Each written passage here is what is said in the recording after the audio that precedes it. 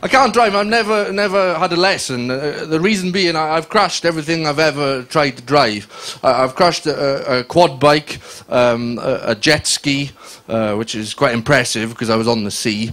Very little to bump into. I crashed a camel. I crashed a camel. I'll tell you the story about how I crashed a camel, right? I was on holiday in Egypt, and I was a bit bored in the hotel, so I booked to go on a snorkeling trip, right? And this guy, he comes to pick me up in a 4x4, and he drives me for about 4 hours, right? And eventually, he stops the car, and he says, right, get out. And I get out, and I have a look around, and I can't help but notice I'm in the middle of the desert. I thought to myself, I'm not an expert snorkeler. I think someone has made a mistake. I said, what's the matter? I said, what's the matter? You know, I booked to go snorkeling. He said, it's fine, it's fine. What happens now is you get on a camel, then you ride to the sea, and then you go snorkeling. I was like, I don't want to get on a camel. I want to go snorkeling. That's why I booked to go on a snorkeling trip. And now I find myself in the midst of this North African version of the Krypton Factor. You're throwing in extra stages I hadn't planned for, you know. I don't know if you've ever been on a camel. I wouldn't recommend it. The best way I can describe a camel to you, a camel is a lot like a Premiership footballer. They kick and they spit. And you wouldn't want one to fuck your sister.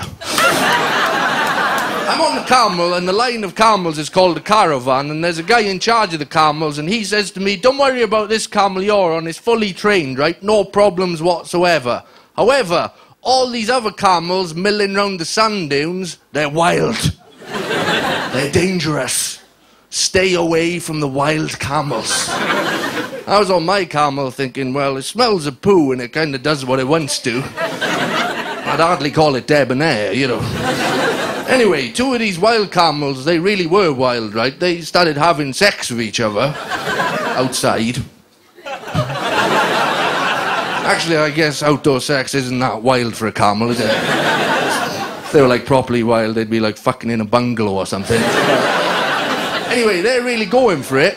And my camel, following my Premiership football analogy, he decides he'd like to get involved without being asked. He broke away from the caravan and started galloping towards these two shagging camels. I don't know if you've ever been on the back of a camel racing towards two other camels in the midst of aggressive sexual congress and was suddenly struck by the realization I'm about to be involved in a foursome. Which, don't get me wrong, has always been a dream of mine. Except on this occasion I can't help but notice none of the other participants are human. I'm getting closer and closer to being involved in some sort of horrific dromedary clusterfuck. And the wrangler, he's not helping, he's in the distance shouting, tug! Tug! I'm not sure whether he's talking about the reins or whether I should start myself off, you know. They're notoriously disinterested in foreplay, the old camel. This is why I decided to crash the camel. I threw my arms around the camel's neck and I jumped off the camel, hoping that my momentum would tip over the camel. I don't know about you guys, I just figured I'd much rather be crushed to death by a falling camel